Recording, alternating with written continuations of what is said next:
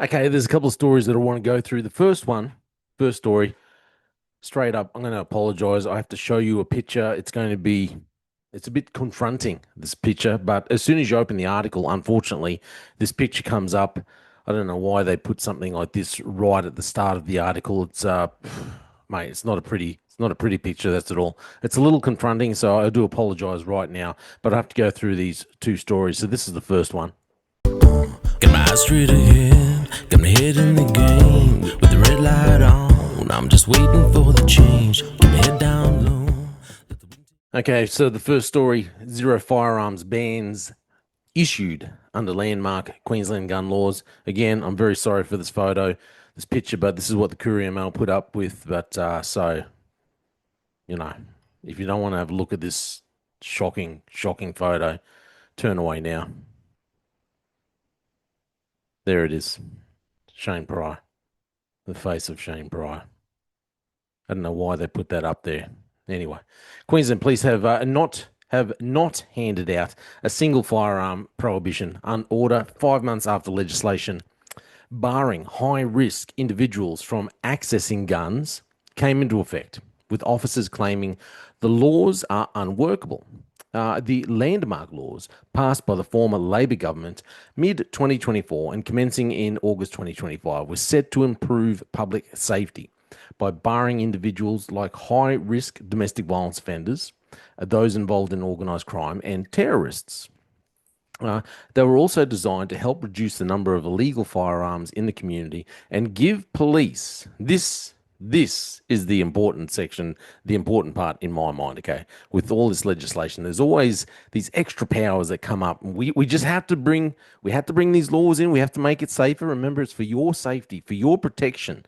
That's what it's all about. Oh, and we're going to add this in too. It also gives police powers to search the homes or cars of someone with an order for illicit weapons at random without a search warrant. Without a search warrant. Because the police, or let's put it this way, the government just wants to intrude on our privacy. So anything that can give them further powers, so give them further excuses to search people's property without search warrants, without something else, without some other kind of barrier, they will take it. They'll bring in these laws on the side, but it's all for your safety, for your protection. Okay, so the Courier Mail can reveal police have yet to issue an FPO since the laws commenced.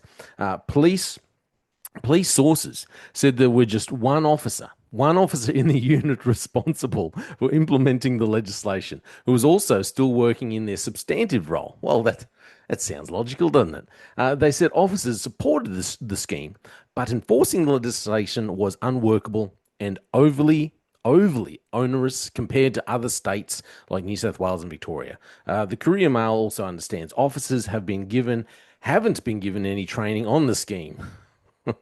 Queensland Police Union President Shane Pryor, that was his face right there. Shane Pryor. What's he got to say about all this? He's called for an urgent review of the legislation. That's what he always does.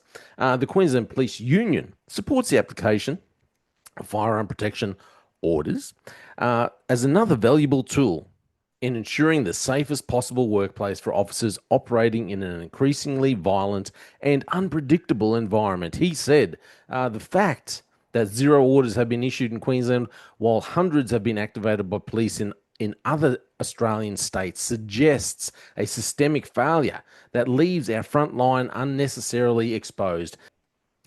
Inaction reeks of bureaucratic inertia, lack of training, and poor resourcing. He said police will not accept paper tiger laws. The QPU, so the union, calls for an urgent review to eliminate the bottleneck that is stifling the use of this law, he said. This is an interesting line. If there's a senior officer inhibiting its use, then the police commissioner needs to take decisive action. So just going from that line, it would seem that there maybe something else going on in the background. Maybe there's another senior officer who's inhibiting the use of this law. Otherwise, why would you say something like this if it wasn't actually happening? It's a little strange, I think. Queensland was one of the last states to introduce the scheme, and the lack of issued FPOs compared to New South Wales, handing out 124 FPOs in the first month of legislation, in Victoria handing out 560 FPOs in the first year. Wow. Queensland data up until 20th. Can I talk properly? Come on, Jay. Queensland data up until September the 30th last year showed there had been 395 guns stolen, with 65 of those found. I think I've said this before when I was in generals. When I was in generals, every week you'd get a notice, such and such place that had been a robbery, there'd been guns taken out of the gun safe. It's like just a weekly occurrence. This amount of guns taken. There are besides the guns that are stolen, there are so many guns brought into the country as well. And then you have these laws which are just focused on people. And it's not that I'm necessarily against these laws, but they're all focused on people who are trying to get guns legally, and it just encroaches on people who are trying to do the right thing, in my opinion. It's just people who are trying to do the right thing, go about things the right way. They're the ones who are always punished without dealing with the real problem. So, opposition police spokesman Glenn Butcher said it was disappointing that there had not been a single FPO issued under the scheme. We make no apologies for wanting to keep guns away from bikies, terrorists, and high risk domestic violence thugs, he said. Oh, tough words. We stand ready to work with the government to strengthen gun control, as recommended by the Queensland coroner. It comes as the state government continues to review and identify potential changes to Queensland gun laws in the wake of the Bondi massacre. Because, as we all know, it's the gun laws. It's the gun laws that caused all those issues. It's the guns. So forget about the fact that those terrorists, the people that follow a certain religious ideology, I refer to it as a religious ideology. In my opinion, it's actually more of a political ideology with some religious overtones. That's what it is. It is a political and lifestyle system. That's what it is. It will rule your whole life from politics all the way through. Everything in your life is ruled by this ideology. And the people that follow this ideology had also made bombs. But all the governments are doing is focusing on weapons, and people who want to own guns legally. That's all they're focused on. And no one is addressing the elephant in the room. No one is addressing the people who would come and follow the hatred in the ideology. And look, not everyone who follows this political religious system hates. Not everyone who follows this belief system wants to kill these people, wants to kill other people. Okay, there are I've met a lot of very nice, warm, loving people in that group. But the fact is, the government let a lot of people into the country and didn't do proper background checks, didn't keep an eye on what their true beliefs are. Let people in from, let's say, Gaza, for instance, and didn't bother checking about, hey, maybe there's an issue. We won't bother doing proper background checks, but, we'll go and meet them at the gate and shake everyone's hand and say, welcome, welcome. We've allowed this problem to come in, and now all the government is just ignoring the bigger issue, and they're just focusing on clamping down on your everyday citizen who would like to have a gun.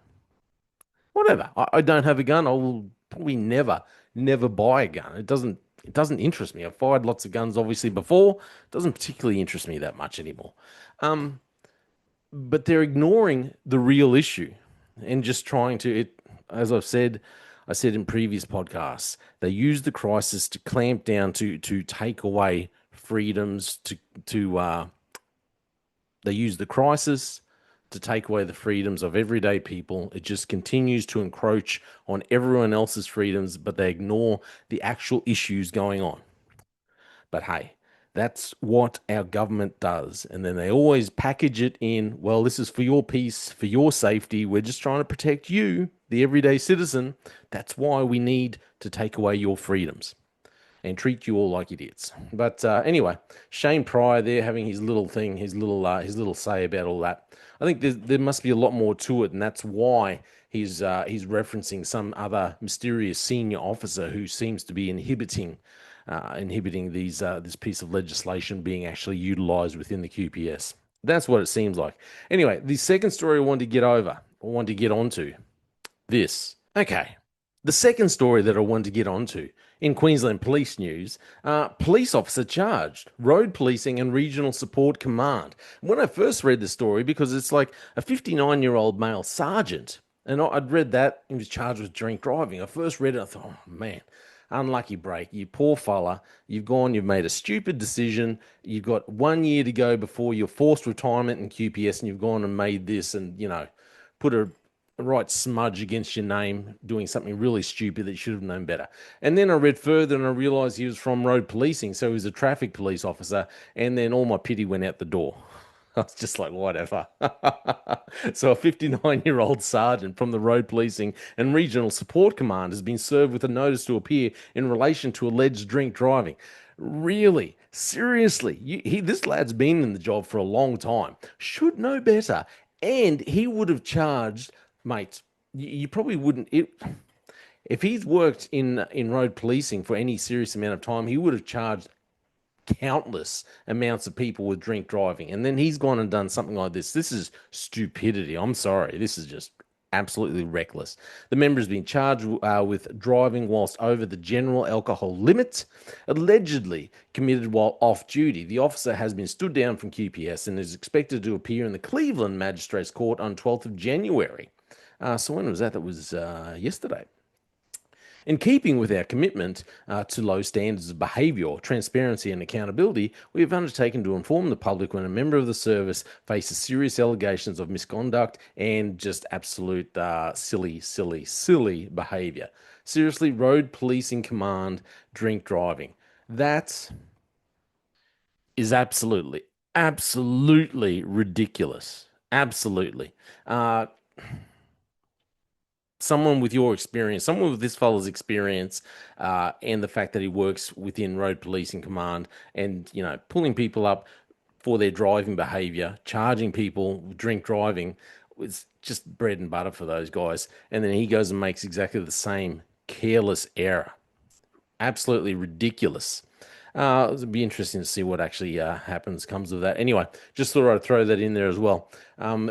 Listen, let me know what you think about these gun laws here in Queensland. Again, is this just used, to enforce more control upon everyday citizens? Is that what you think? Obviously, I think they're using the crisis just to bring down more laws, just to enforce more control upon everyday citizens. And I don't think it's really warranted, and I think they're actually ignoring the real causes, the actual issues that we have in our society. They're ignoring all that, and politicians are ignoring their own behavior, the things that they've done over the last couple of years, which have actually fanned the flames of hatred within our own nation.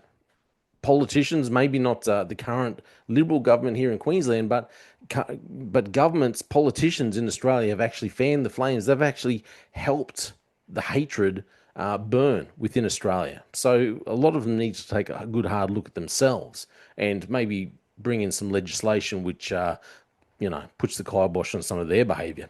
Anyway, let me know what you think. I'm Jay Fallon. Thanks for listening. Just fuel a desire that will take me higher. I'm on fire because nothing's going